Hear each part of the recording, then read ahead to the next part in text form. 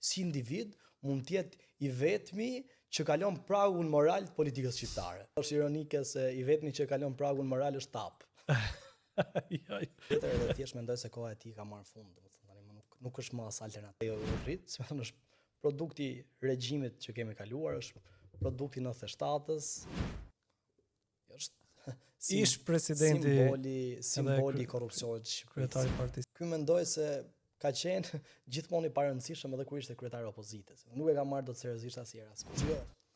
Ky është një bandit që është futur në politikë dhe fal kësaj politike që ka pas nevojë për aleancën me bandit, vazhdon të jetë akoma në politikë. Më shumë ka bërë fushat në diasporë, sesa në Shqipëri thua do qeverisë diasporën dhe jo Shqipërinë. Unë do kisha pas qejf fitonte, si më thon atëherë, Partinë Demokratike, sepse ky është krejt korrekt për të drejtuar një alternativë të vjetër, po jo për alternativë të re. Duket pa ma probleme me këtë alternativë politike, më është që nuk e kam parë kurrë, si më thon, në kontakt me njerëzit.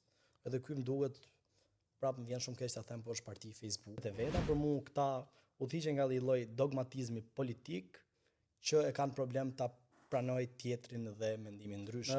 Ju uroj sukses të gjitha alternativave të reja. Unë mendoj që në fund fare alternativat e reja e bëjnë demokracinë më të mirë. Për mua e kanë të asociuar veprimtarinë e tyre politike me logon edhe fytyrën e kryetarit. Si më thon, ta duhet dalin përtej kryetarit, edhe duhet ta bëjnë, edhe për mua duhet largohen prej egos personale që ju pamundson për të bërë realisht politikë në këtë vend, sepse njerëzve në një farë mënyrë edhe ju kanë borxh. Kështu që momenti nuk është vetëm i tyre, është i të gjithëve ne. Kështu që ata kanë detyrë, si më thon, ndaj secilit prej nesh.